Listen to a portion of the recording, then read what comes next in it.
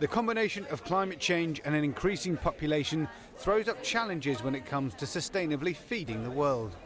But scientists say the solution may lie in the wild relatives of the farmed crops we currently rely on. They're the hardier cousins that have evolved to survive harsh conditions, such as low rainfall, flooding, temperature extremes and poor soils. The outgoing executive director of the Crop Trust, Marie Hager. That is lovely. A wild wheat plant has survived on top of a mountain top for 10,000 years.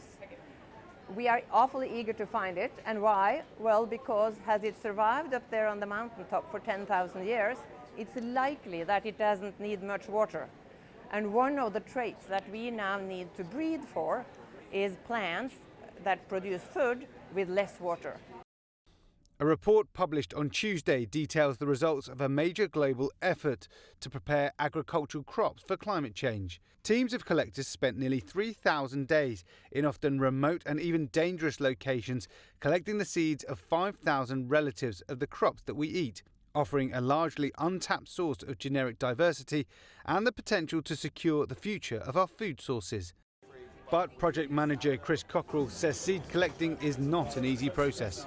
You have to go out at the right time with all the right equipment. You need to get there when the plants are dispersing their seed at the natural time. And our partners are going out into, in many cases, into these inhospitable areas, into jungles, if you want to use that term, where they might be faced with the threat of tigers in Nepal, for example, or the threat of security issues in Lebanon or in Pakistan, for example. And in many cases, those areas are off limits even to our partners in the countries.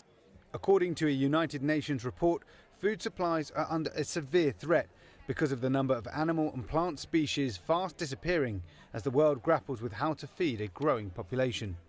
Although about 6,000 plant species can be used for food, less than 200 varieties are widely eaten, and only 9 make up most of the world's total crop production, leaving them susceptible to shocks like pests or disease, droughts and other extreme weather events due to climate change.